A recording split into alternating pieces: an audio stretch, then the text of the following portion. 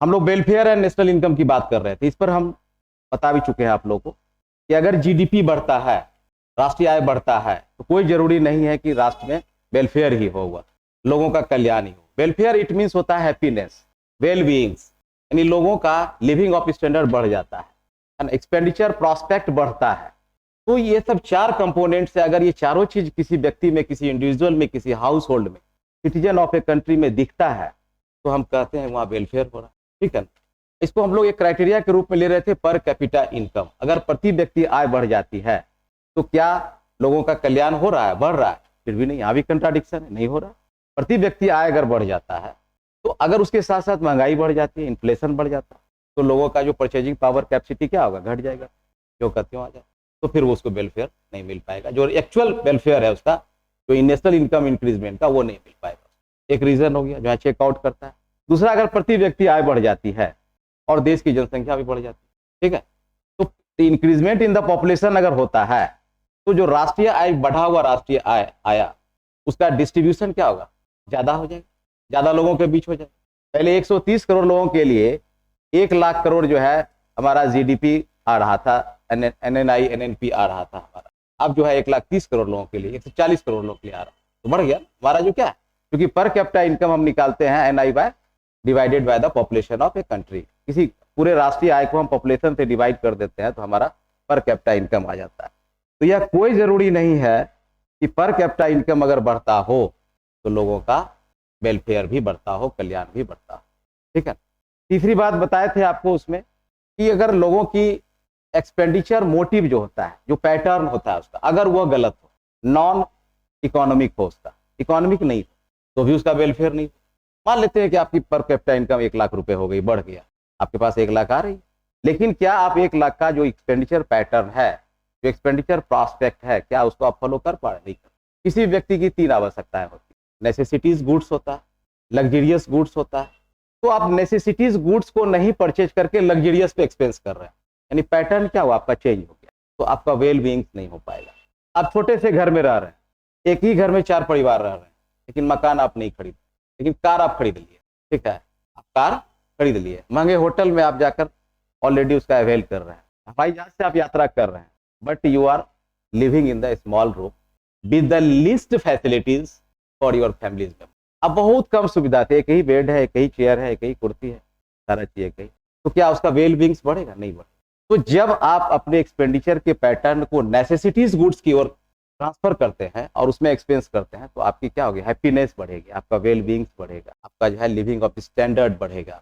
तो ये पैटर्न भी मायने रखता है कि अगर नेशनल इनकम बढ़ रहा है, पर कैपिटा इनकम बढ़ रहा है, लेकिन अगर एक्सपेंडिचर पैटर्न, एक्सपेंडिचर प्रोस्पेक्ट अगर हमारा नॉन इकोनॉमिक हो रहा है, नॉन रिएक्टिव हो रहा है, या नॉन हमारा जो है creation of the standard of living हो रहा है, तो हम कहेंगे कि हमारा वेलफेयर।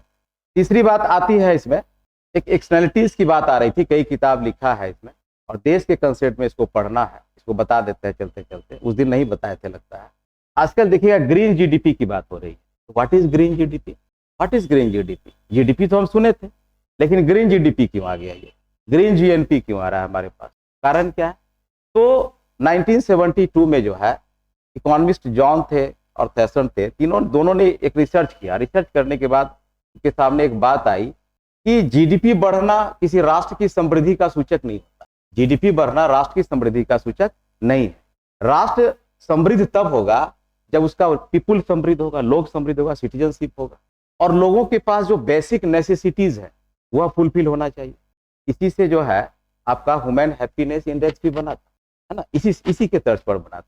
और आज भी देखिए उसको हम लोग इंडेक्स के रूप में मापते हैं, देखते हैं एक्चुअल में आपकी जो इन्हांसमेंट हुई है, आपने एजुकेशन पे कितना खर्च किया, आपका फूडिंग कितना खर्च है, आपके पास वाटर सैनिटेशन है या नहीं, ये सारी, आपके पास हॉस्पिटल फैसिलिटीज है या नहीं, तो ये सब सारी जो बातें जुड़ के आई, आपकी जो है एक्सिस्टेंसी ऑफ द लाइफ कितना है, कितने आप जीते हैं, कितने दिन तक, 70 साल है, 30 साल है, 50 साल है, तो सारी बातें जब आई तब उसमें से जो है हैप्पीनेस, जो है ह्यूमन हैप्पीनेस की बात निकल के आई। तो उसको कोलैबोरेट करते हुए इसने देखा कि जब देश का जीडीपी बढ़ा, राष्ट्रीय आय बढ़ा, लेकिन लोगों को जो है उसकी रियलिटी जो है, रियल लाभ जो है नहीं मिल पाया उसको। क्यों नहीं मिला? लोग आज भी गरीब के गरीब है, पॉवर्टी लाइन के नीचे 30% लोग बिलोंग्स कर रहे हैं। कारण क्या है इसका? आजादी के पहले भी वही हाल था, आज भी वही हाल। हमारा उसमें 3.2 ग्रोथ रेट था, आज 7.6 7.9 चल रहा है, फिर भी वही हाल है। अनएम्प्लॉयमेंट आज भी विद्यमान है, ग्रोथ रेट ऑफ पॉपुलेशन आज भी है, पॉवर्टी आज भी है। तो रीजन क्या है? उसका रीजन है कि जो एक्चुअल आनी चाहिए लोगों के पास वह नहीं आ पा रहा, तो कंट्राडिक्ट कर रहा था यहाँ पर। दूसरी बात अब आ गई कि अगर आप ग्रोथ कर रहे हैं और नेचुरल रिसोर्स का दोहन बहुत बड़े पैमाने पे कर रहे हैं, तो आप दोहन कर रहे हैं, चूंकि आप डेवलपिंग कंट्री हैं, तो स्वाभाविक है कि आपको इंफ्रास्ट्रक्चर बनाने के लिए काफी दोहन करना ही पड़ेगा।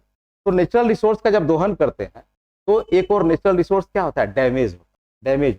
और दूसरी ओर अब जो है इन्वायरमेंट भी, उसे जो इन्वायरमेंट है, जो पर्यावरण है, वह भी इफेक्टेड होता है, यानी डिग्रेडेशन ऑफ द इन्वायरमेंटल होता है। तो ये दो पैमाना लिया उसने, एक तो आपने दोहन किया रिसोर्स का, जितने भी संसाधन था वो रिसोर्स का दोहन किया, और दोहन इतना किए कि फ्यूचर भविष्य के लिए बचता ही नहीं, वो खत्म हो रहा है। जैसे फ्यूल पर आज की बात हो रही है जो हमारा, इसलिए हम लोग सौर ऊर्जा की ओर जा रहे हैं, देख रहे हैं सौर ऊर्जा को ज्यादा हम लोग अपना रहे हैं, फ्यूल के प्रति थोड़ा कम किया जा रहा है। क्यों? कारण क्या है कि वो एक समय ऐसा आएगा जो कि समाप्ति की ओर जा रहा है।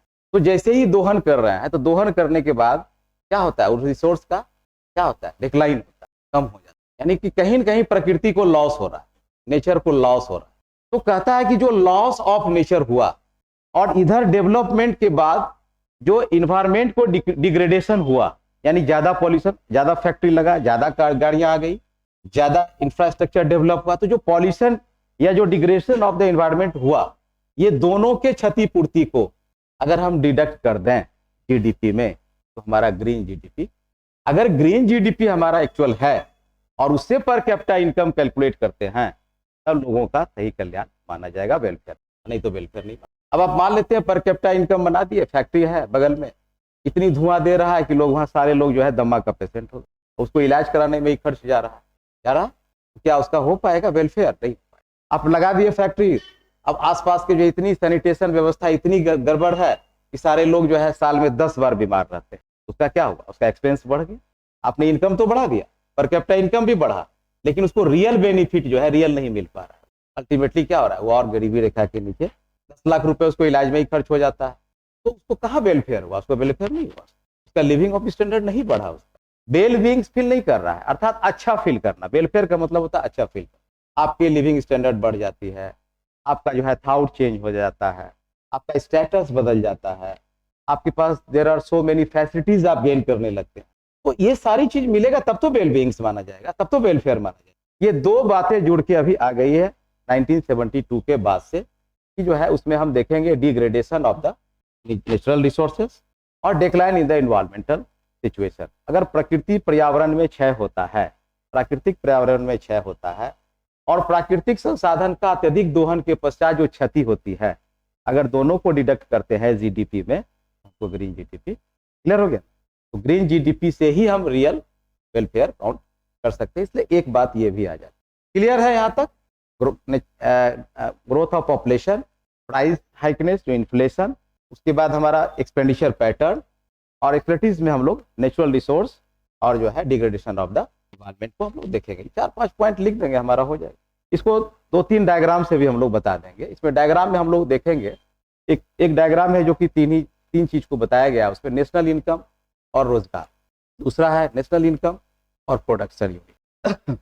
तो केन साहब का एग्रीगेट सप्लाई फंक्शन और एग्रीगेट डिमांड फंक्शन की सहायता से वो दिखाने का एक प्रयास किया है कि जो है अगर रोजगार बढ़ती है तो स्वाभाविक है कि राष्ट्रीय आय बढ़ेगा, फिर राष्ट्रीय आय अगर बढ़ती है तो रोजगार भी बढ़ेगा। ये दोनों को कोलैबोरेट करके उसने फिर दिखाया है कि अगर प्रोडक्शन बढ़ता है तो राष्ट्रीय आय बढ़ता है, और जब राष्ट्रीय आय बढ़ता है फिर रोजगार बढ़ता है।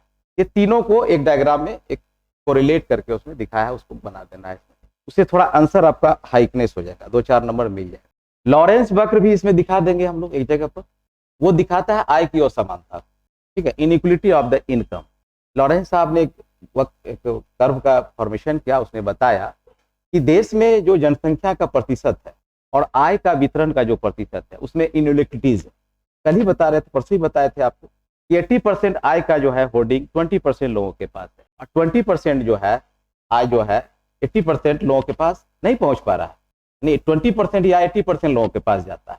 तो आप समझ लीजिए कि अगर 200 करोड़ का देश का राष्ट्रीय आय मान लेते हैं तो उसमें 80 करोड़ लोगों से डिवाइड कर दीजिए तो पर कैपिटा इनकम कैसे ही उसका कम हो जाता है। और जहां 80% इनकम है पूरे देश का, एनएनपी एट फैक्टर कॉस्ट का 80% है, वहां 20% बांटने वाले, तो नंबर ऑफ पर्सन वहां कम है, यहाँ पर ज्यादा है, तो अल्टीमेटली इनका कभी नहीं बढ़ेगा, कभी नहीं बढ़ेगा। तो वही लॉरेंस साहब ने कहा कि, लॉरेंस बकरी ने कहा कि उसने कि इक्वलाइजेशन होनी चाहिए, देश का जो नेशनल इनकम है वह इक्वल रूप से बढ़ना है। अब इक्वल रूप से बढ़ेगा तो ऑटोमेटिकली जो है सबको वेलफेयर आएगा। तो आय की असमानता, जो विषमता है, वो विषमता हमारे यहाँ क्या है, ज्यादा है कि कम है? बहुत ज्यादा है। लेकिन अमेरिका वगैरह में ऐसा नहीं, जितने भी डेवलप्ड कंट्री है वहाँ नहीं है इस तरह, आपके यहाँ है, डेवलपिंग कंट्री के यहाँ है। तो उसी चीज को हम दिखाते हैं वहाँ पर उस एक डायग्राम से कि चूंकि आय की विषमता के कारण ही जो है हम वेलफेयर, रियल वेलफेयर जो है हम गेन नहीं कर पाते। छोटा छोटा चित्र बनेगा आपका, ठीक है, एक साथ बनाएंगे, ये तीनों चित्र जो है ना एक पैरेलल में बनेगा, एक साथ बनाएंगे, एक साथ।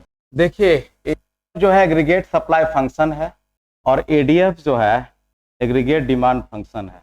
नहीं, आप देखिए गौर से, इससे हमने लिया है एग्रीगेट डिमांड को, इससे हमने रोजगार को लिया है, ठीक है, इससे अलग नहीं बनेगा, एक ही लाइन में बनेगा सब। आपको डॉट डॉट दिखाए ना भाई, ये भी Y1 है, यही Y1 तो यहाँ, यही नेशनल इनकम तो यहाँ लिए हम, यही नेशनल इनकम यहाँ लिए हम। देखते हैं कि हमारा डिमांड फंक्शन कितना फ्लक्चुएट करता है, ठीक है, क्योंकि ये हमारा जो है C+I+G और X-M, ये हमारा देश का राष्ट्रीय आय है, Y है। इस Y को हम लेके यहाँ हम देखते हैं कि हमारा डिमांड से हमारा जो है वो पूर्ण रोजगार और कितना रोजगार वो जनरेट कर रहा है इस इनकम पर, और इस इनकम पर प्रोडक्शन कितना देश में दे रहा है। तो हमारा वेलफेयर हो रहा है कि नहीं हो रहा है, ये कैसे पता चलेगा? वेलफेयर हो रहा है कि नहीं हो रहा है कैसे पता चलेगा? रोजगार बढ़ेगा, प्रोडक्शन बढ़ेगा। ये क्वांटिटी है, ये क्योंकि यहाँ से ये कर्व कर जा रहा है, राष्ट्रीय उत्पादन रेखा जो है कर्व कर जा रहा है, तो कर्व कर रहा है तो हम Q2 लेंगे। हमारा उत्पादन Q1 है, Q1 पर रोजगार N1 जनरेट होता है, जैसे ही क्वांटिटी बढ़ती है, प्रोडक्शन बढ़ता है, तो रोजगार हमारा N2 होता है। लेकिन एक गैप आ जाता है, यहाँ वेलफेयर नहीं दिखा रहा है, यहाँ से ये कर्व कर जा रहा है, यही तो गैप है ना, इसी गैप को हमको दिखाना। एक्चुअल में प्रोडक्शन का रियल बेनिफिट नहीं मिल पा रहा है पब्लिक को, रोजगार नहीं जनरेट कर पा रहा है, दिस इज द गैप। अगर वो हो जाता तो इसका मतलब है कि सारा लोगों को प्रोडक्शन का लाभ मिलता, तो इनकम का लाभ मिलता वहाँ, वो कहाँ? नहीं, ये तो इसी, ये देखिए, ये हमारा देश का राष्ट्रीय है, ठीक है, पहले बनाइए ना आप, ईडीएफ यहाँ लेंगे तो ये यहाँ लिए, उसमें ले लीजिएगा तो कैसे दिखा पाइएगा? आपको कॉम्पिटिटिवली दिखाना है कि राष्ट्रीय आय बढ़ा, लोगों को रोजगार मिला, नहीं मिला, प्रोडक्शन बढ़ा, लोगों को रोजगार बढ़ा, नहीं बढ़ा, कितना बढ़ा और कितना दूर में आके वो किया।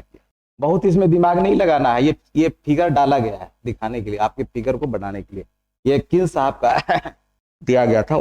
अब लॉरेंस बकर इसमें कहाँ है, लेकिन दिखाएंगे हम लोग उसको, इसलिए दिखा देंगे कि चूंकि वो एक आपको वैल्यू ऐड करेगा, आपके मार्क्स को बढ़ाएगा, आप असमानता को दिखा रहे हैं, रोजगार के सृजन को दिखा रहे हैं। अभी केंसियन थ्योरी पढ़ाएंगे ना, तो उसमें Y=C+I+G+X-M, उसमें है एडीएफ एसीएफ बराबर यही फॉर्मूला उसमें आता है, अभी पढ़ाएंगे। इसके बाद जस्ट पढ़ाएंगे income and employment theory of the cash, पढ़ाएंगे, अभी पैसे पूछता है कई बार, ये खत्म करेंगे उसको पढ़ाई स्टार्ट करेंगे। एग्रीगेट सप्लाई फंक्शन और एग्रीगेट डिमांड फंक्शन एडीएफ, उसका शॉर्ट फॉर्म है। अब अभी आप लोग को ना समझ में आएगा, इफेक्टिव डिमांड पढ़े हैं ना, जो पढ़े होंगे उनको आ गया होगा समझ में, उसको पढ़ाएंगे तब समझ में आएगा कि what is aggregate demand, what is aggregate supply function, what is aggregate demand function. जब एग्रीगेट सप्लाई फंक्शन को एग्रीगेट डिमांड फंक्शन टेंजेंट करता है तो दैट इज द, बोलिए supervisor ji, where the ASF tangent by the ADF, that point will be called the, yes, very good, thank you, वो full employment की स्थिति, हमको उम्मीद था कि आप बता दीजिए, फुल एम्प्लॉयमेंट पढ़ाएंगे, अभी घबराना नहीं, पढ़ते जाइए, जो प्रसाद मिल रहा है उसको खाते जाइए, बस ट्रैक पे चलते जाइए, अपने आप बीपीएससी निकल जाएगा। दिक्कत यही है ना कि अब ज्यादा डीप हम जाएंगे तो फिर आज ये टॉपिक खत्म नहीं हो, उसका यही है, इसलिए बस प्रसाद बट रहा है, तिलक लगाइए, प्रसाद खाइए, भ्रमण कीजिए, कैसे प्रसाद बना, कहाँ से तिलक आया, किसके लिए क्या आया, वही तो समझाएंगे, तो बिना समझाए थोड़ी होगा। देखिए हमने OX पर जो है हमने ले लिया है रोजगार को, और हमने OY पर ले लिया है हमने क्या, राष्ट्रीय आय को। क्या कहते हैं पिगू साहब, यदि राष्ट्रीय आय बढ़ती है, यदि राष्ट्रीय आय बढ़ता है तो रोजगार भी बढ़ता, बढ़ेगा ना, रोजगार बढ़ा तभी तो राष्ट्रीय आय बढ़ा।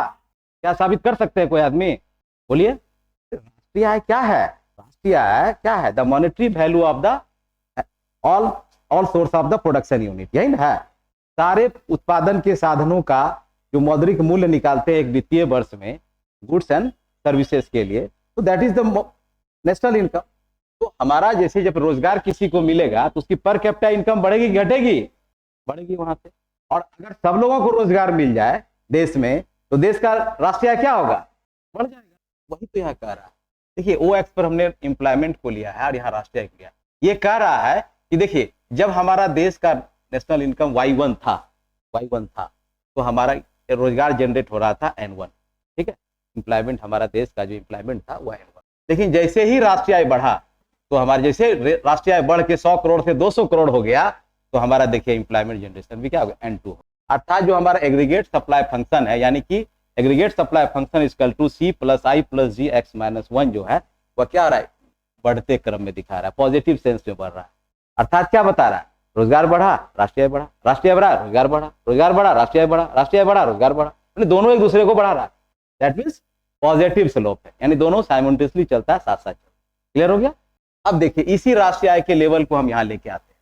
अब हम देखते हैं कि एक्चुअल में जो डिमांड फंक्शन है यानी C + I, C क्या बताता है कंजम्पशन को और I बताता है इन्वेस्टमेंट को। ये कौन करेगा, देश करेगा कि हाउस होल्ड करेगा, हाउस होल्ड करेगा। आपकी जितनी कंजम्पशन होगी, जितना आपका सेविंग होगा, देयर आफ्टर आप इन्वेस्ट उतना ही करेंगे, क्योंकि आपको पहले भी बता चुके हैं कि क्या है I = S है या S = I है, यानी जितना सेविंग उतना इन्वेस्टमेंट होगा।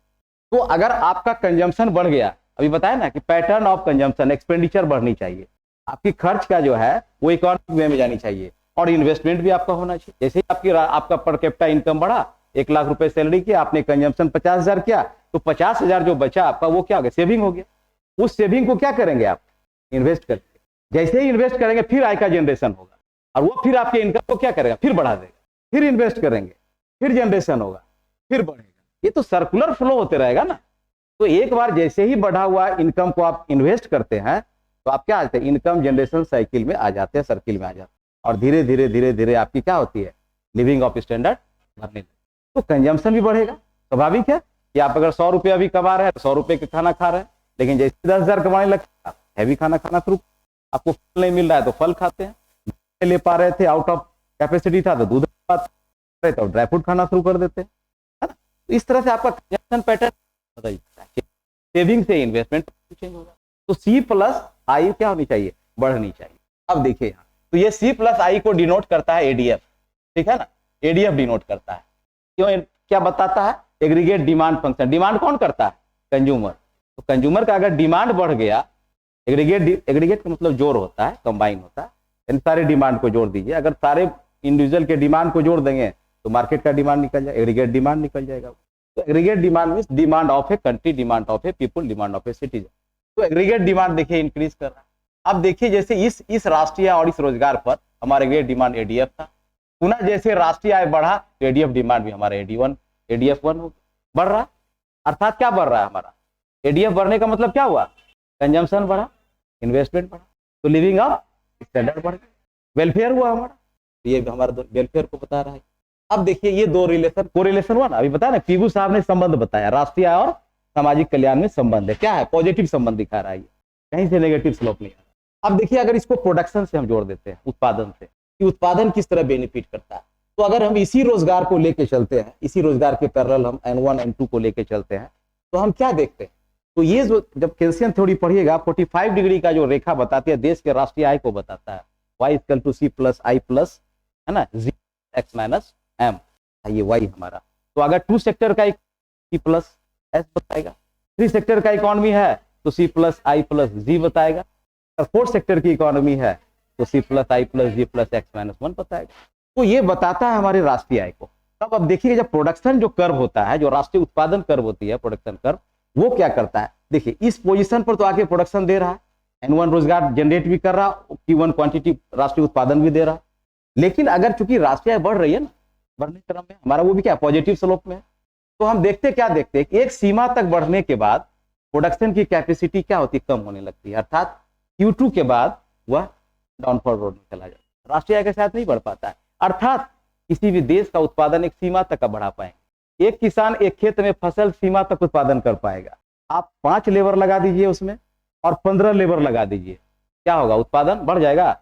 एग्रीकल्चर में पढ़ाएंगे डिस्गाइज्ड अनएम्प्लॉयमेंट, इसी को प्रच्छन्न बेरोजगारी या छुपी हुई बेरोजगारी कहा जाता है। आप लाख बढ़ा दीजिए, ये कह रहा है कि रोजगार बढ़ा दीजिए ना, आप यहाँ पर 100 लेबर था, यहाँ 100 दे दीजिए, खूब जनरेट कर दीजिए, लेकिन आपकी राष्ट्रीय आय में क्या होगी, वृद्धि नहीं होगी और ये गैप बन जाएगा। ये गैप बताता है क्या, इनइक्वलिटीज को, ये इनइक्वलिटीज को बताता है। चूंकि इसको यहाँ भी लेना चाहिए था, ये यहाँ जाना चाहिए था ना, लेकिन देखिए राष्ट्रीय हमारा चूंकि स्टेट बढ़ रहा था, हमारा प्रोडक्शन क्या क्या पीछा छोड़ दिया, साथ छोड़ दिया प्रोडक्शन, वो यहाँ तक साथ दिया लेकिन यहाँ पर क्या छोड़ दिया, ये डाउनफॉल की ओर चला गया। अर्थात आप बहुत दूर तक रोजगार को जनरेट कर भी जो है राष्ट्रीय आय को नहीं ला सकते। क्लियर हो गया।